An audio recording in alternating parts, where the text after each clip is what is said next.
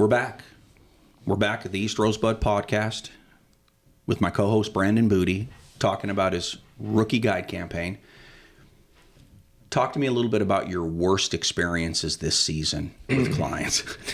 Wow, you reacted right away when I said that. Like, you fucking recoiled when I said that. Like, whoa. It's kind of they're one of those things where you're mad at the moment, but then looking back on it, you kind of laugh. I had a couple, some older people, a couple different trips, which they were lovely people. How old of a man are you, Booty? How old am I? Yes. I'm 29. You're 29. You're 29. Not even 30. You look older than that, yo. Oh, well, thanks for the compliment. That was a maturity comment. Maybe it's that fucking beard. Yeah. I don't know. Hopefully it's the beard. It is. It is. Fine. I was kidding. Easy. So how old are we talking about here? I had a 95-year-old couple. Like a man and a woman? A man and a woman. And I think that this was one of those family trips. And it's 95 years old. Yeah. Oh, we'll let Brandon babysit the grandparents. Well, for sure. Right? I mean, yeah, because, the grandparents got no game. They don't know what they're doing necessarily. And they, you don't waste a seasoned savvy guide on them. Yeah. I mean, to our audience of 6, understand that. Lodges or outfitters, if they're good, they're going to try to pair the better guides with the better anglers, because the better anglers on a guided trip have higher expectations, right? Yeah, I'd agree with that. I mean, right? I mean, because at least they know what the deal is. At least that's what I would do if I was the outfitter. And a better angler knows if you're a good guide. Yeah, they can tell. They can right? Tell. Yeah, they can read water. All that. They know. They can tell if you're fucking rowing them a good line. Yeah. And I mean, they know that. But maybe a 95-year-old doesn't. Yeah. The guy, the husband was deaf. He could cast. He wasn't deaf. He was hard of hearing. You motherfucker, you telling me he's deaf, like clinically deaf? He was hard. He's very hard of hearing. He wasn't deaf. He was very hard of hearing. He was hard of hearing. Yeah. And he could cast and all that. And that the hard of hearing part matters. Yes, it matters a lot. Especially when they're not paying attention. You're yelling them to mend or to recast or to set the hook.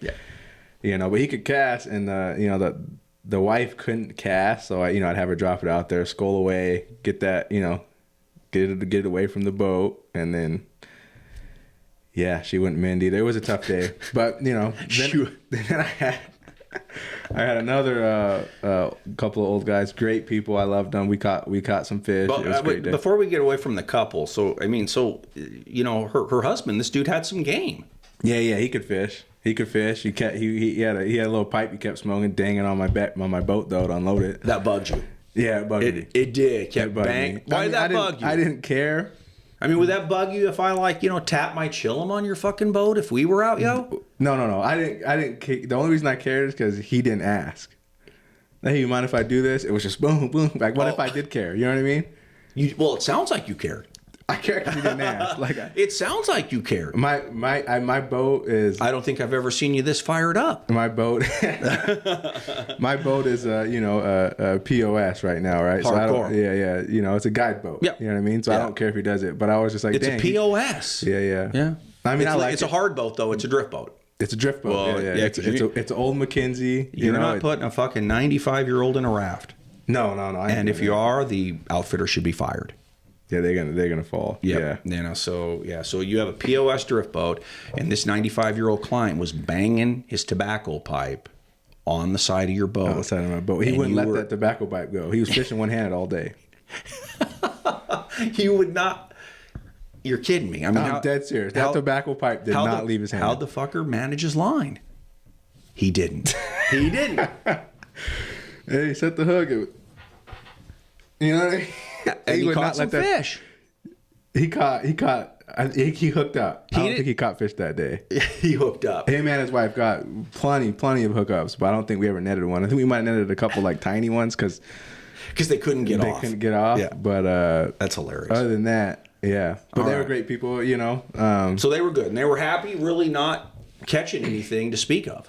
I don't know if they were happy. Okay. Right? They're like, those guys are catching fish. And I'm like, well, those guys are mending, And those guys are setting the hook and putting the pipe down. And fighting the fish. And usually you don't say put the pipe down to an older white dude, right? He wouldn't be able to hear me anyway.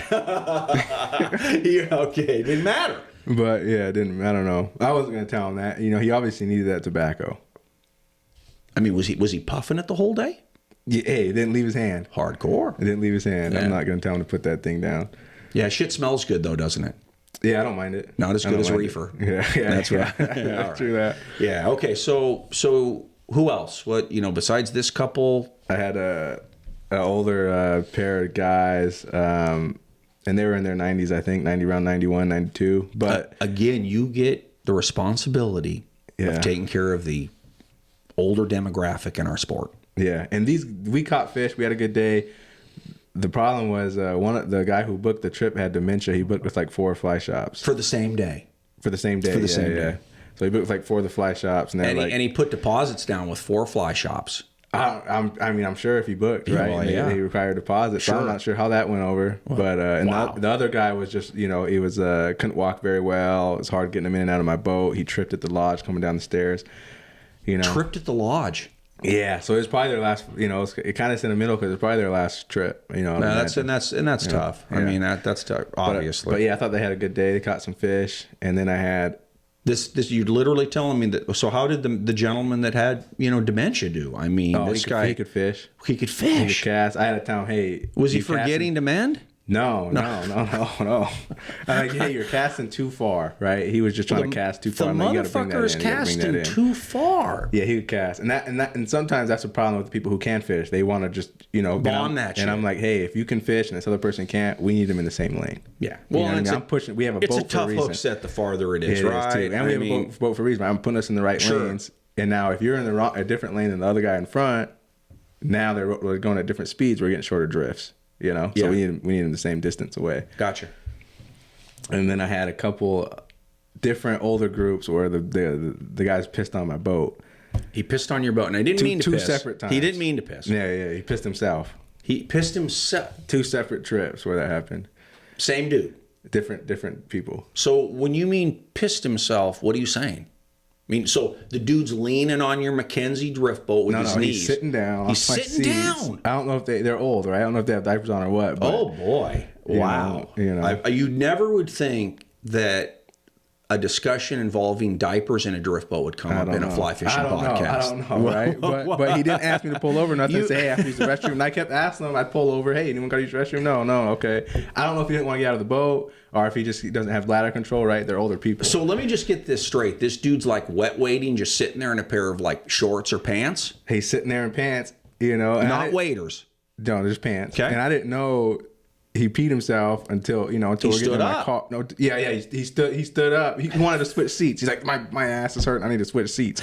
That's like fuck. He went to the front, and then his wife went to the back, and then I see his pants. I'm like, oh, that's why your ass is hurting. You pissed yourself. You know what I mean? He said his ass was hurting. Yeah, he's like, my ass is hurting. Well, he's got diaper rash. The motherfucker's got diaper rash. He's sitting in your drift boat, not in my seat, in your seat, and you're telling these guys, hey, anybody got to go to the bathroom? Blah blah blah. I pull over a lot, especially with older people. You know what I mean?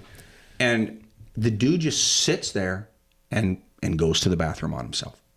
I mean, that's what you're saying. That happened on 2 separate occasions. Yeah. Okay, same thing. And wow, and I mean that to me is intense. I mean, I that's hard for me to wrap around. But and so now I learned. And that's awkward for you because are you driving them in your vehicle now? I'm driving them in my vehicle back to the lodge. But I learned from that. Right now, it's like, hey, you put plastic on your fucking car seats. No, we'll just do a shorter day. We'll just do a shorter day. Because they're not going to know the diff, right?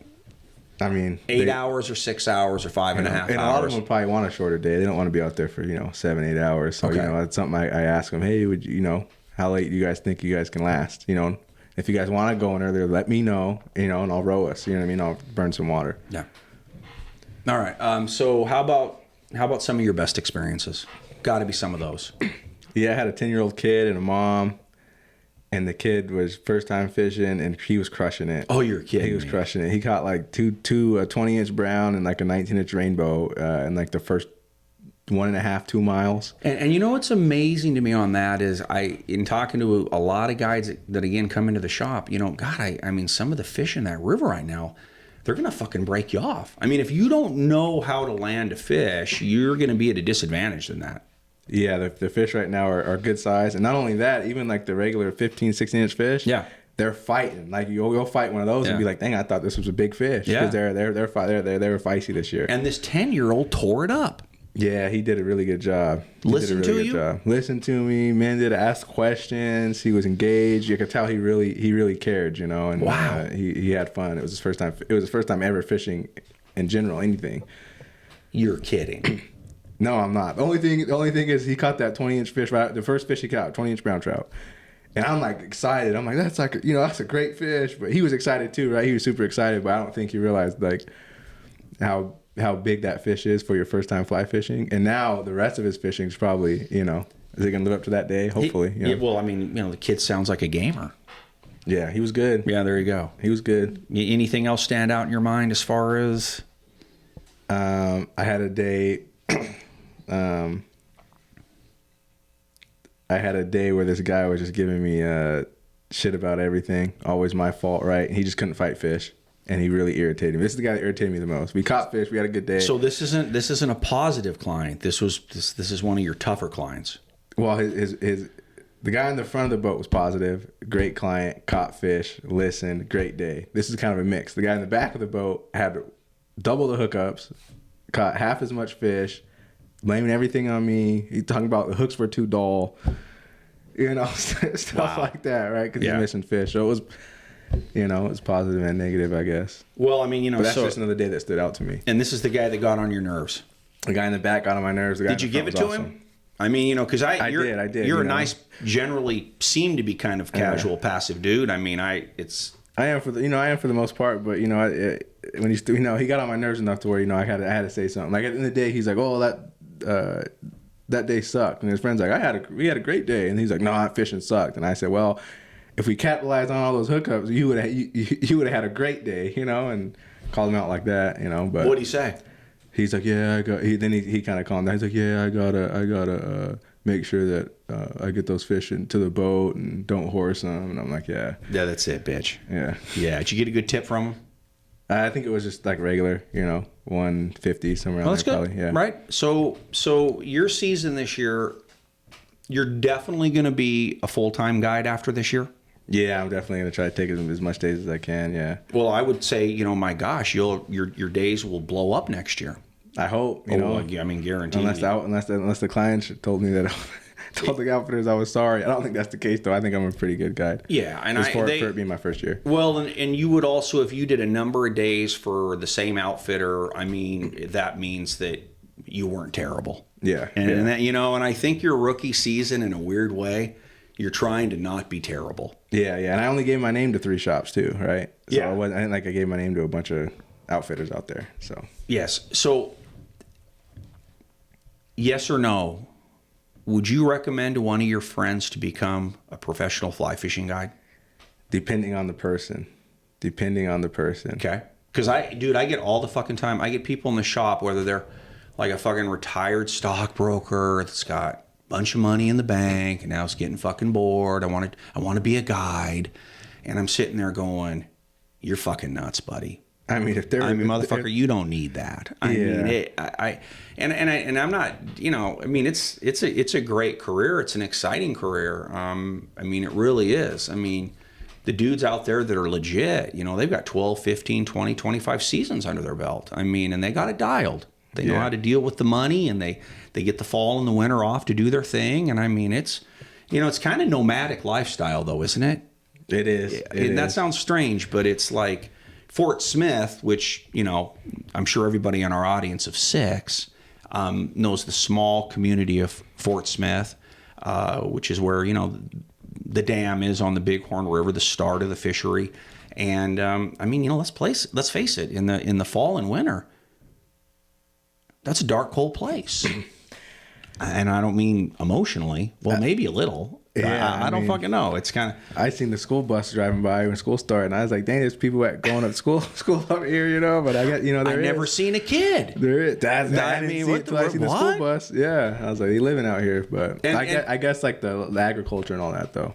Well, and I mean, But this is in Fort Smith, they were picking kids up though. Yeah, well, I think you've got like Forest Service employees. Like, I mean, isn't like you got all that, and so there's some folk around. But in the town of Fort Smith, which I've had people refer to as Fort Crazy, I don't know why. Maybe it's because they sit there in their fucking trailer and they tie 1,000 fucking fire bead sow bugs during the winter, and they listen to their fucking favorite talk radio and just get crazier and crazier like fucking Jack Nicholson in The Shining in there, tying those fucking midges and a motherfucking client and just, right? I mean, that is the lifestyle for some of the guides on the Bighorn River, right? Yeah. I think there's people living there through the winter. Yeah, oh yeah. I mean, you don't know this. I mean, I don't, like I said, I don't know a lot of the guides, but yeah, I'm sure there are. None of them have pussy next to them. No. Because there's no, I mean, the number of the number of quality women they're going to live in the off season in Fort Smith with you if you're a guide is none. Yeah. The people who are living down there, like if they do have a family, right, they're probably living there during the season, and then their family's living wherever wherever their house is. You know what I mean? Wherever they really live.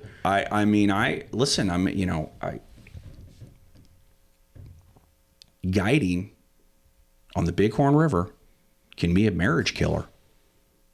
Seen it.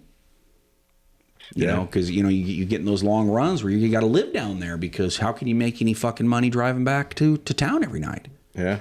And that's that kind of Fort Smith thing in the fall and the winter. I mean, it's just, Fort Smith does not have a store, right? Is there a grocery store? Was that open this year?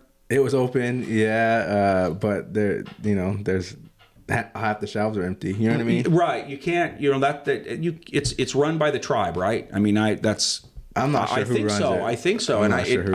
But if you want anything, you pretty much gotta go to Hardin. And I hear a lot of people complaining about the fact that this one tiny store in Fort Smith doesn't have any staples to buy. So you kind of got that, and Hardin from Fort Smith is what, 40 miles, 35 miles, something like that. And that's a cold, lonely drive in December. And a dangerous road.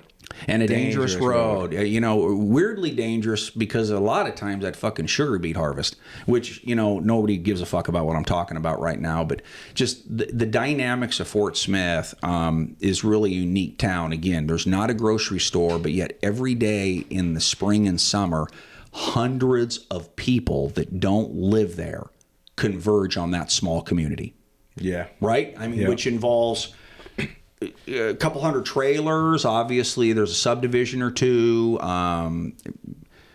3 or 4 fly shops. 2 are very good. So it's just not really a lot going on.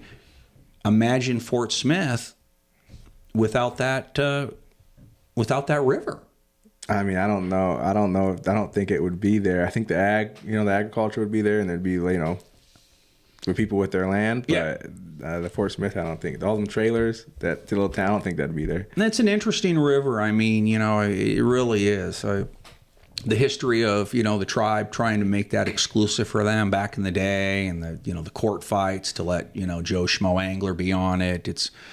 It's a great fishery. It's a world-class fishery, and it's back. The quality right now in that river is superb. And, if you ever want to float it, you ever need a trip, all you have to do is call us here at the shop, and we'll hook you up with Brandon Booty.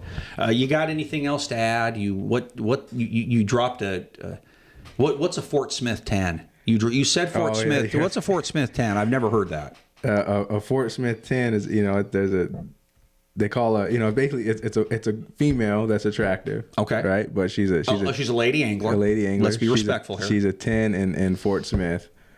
But, and everywhere else she's probably like a 6, right? Wow. That's sexist, dude. That's worse than I would say. But we're going to keep it in there. Fort Smith 10. It's Fort Smith 10. Okay, I get that. All right. Well, thank you, Brandon. I appreciate you being here, and we're going to continue with our podcast in the weeks ahead. Thanks for listening, and we'll catch you next time. Bye-bye.